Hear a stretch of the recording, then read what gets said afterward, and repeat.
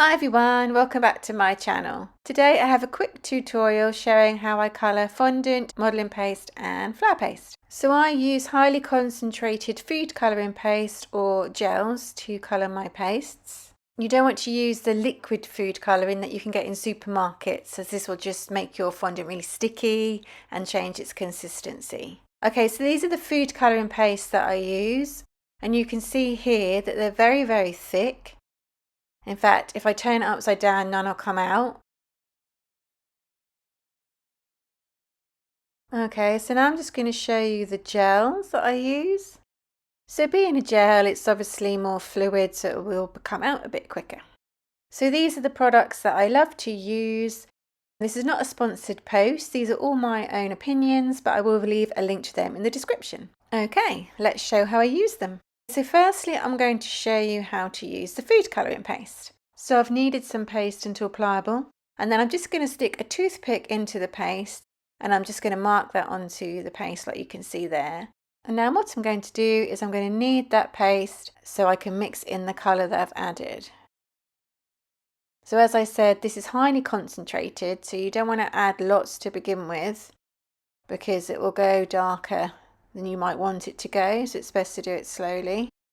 Also, I find that colour can deepen over time, so I tend to colour my icing the day before I knead it to give it a chance to deepen in colour. And as you can see here, I'm using food graded gloves because the colour can stain your fingers.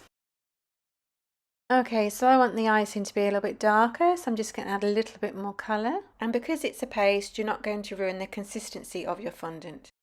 I follow exactly the same method when colouring fondant or sugar paste, flower paste and modelling paste. So I'm just going to keep going until I've got the colour I want, bearing in mind that it could go darker over time. And you can also find that it could go a little bit darker once it is dry as well.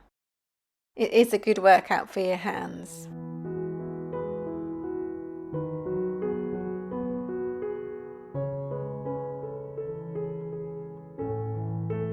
Okay, so here I'm just showing you the 3 different shades you can get from just one food colouring paste, which is dusky pink.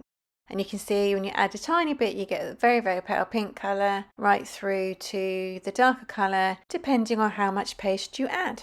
Okay, so now I'm going to show you the food colouring gel. Now this does come out a lot quicker, so you have to be careful. So you just need to be a little mindful of that, as you don't want to add too much. Being a gel, it probably colours your paste a little bit quicker. So now I'm just going to knead the paste just like before and work the colour through. As you can see, it's colouring it quicker and it's more of a bright, bolder colour to begin with. So it all depends on what you're looking for really. So obviously larger amounts of fondant will take a lot longer to colour. For darker colours, I always tend to buy the product already coloured.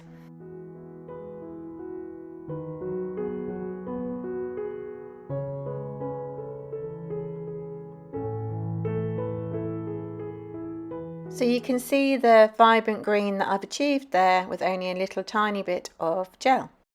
And here's another example showing the different shades you can achieve depending on the amount of gel that you add to your paste. So here's an example of those colours that I've used in flower paste. I've used a dusty pink food colouring paste for the roses and the macarons. And you can see the different shades that you can achieve with this, from the dark rose to the light rose.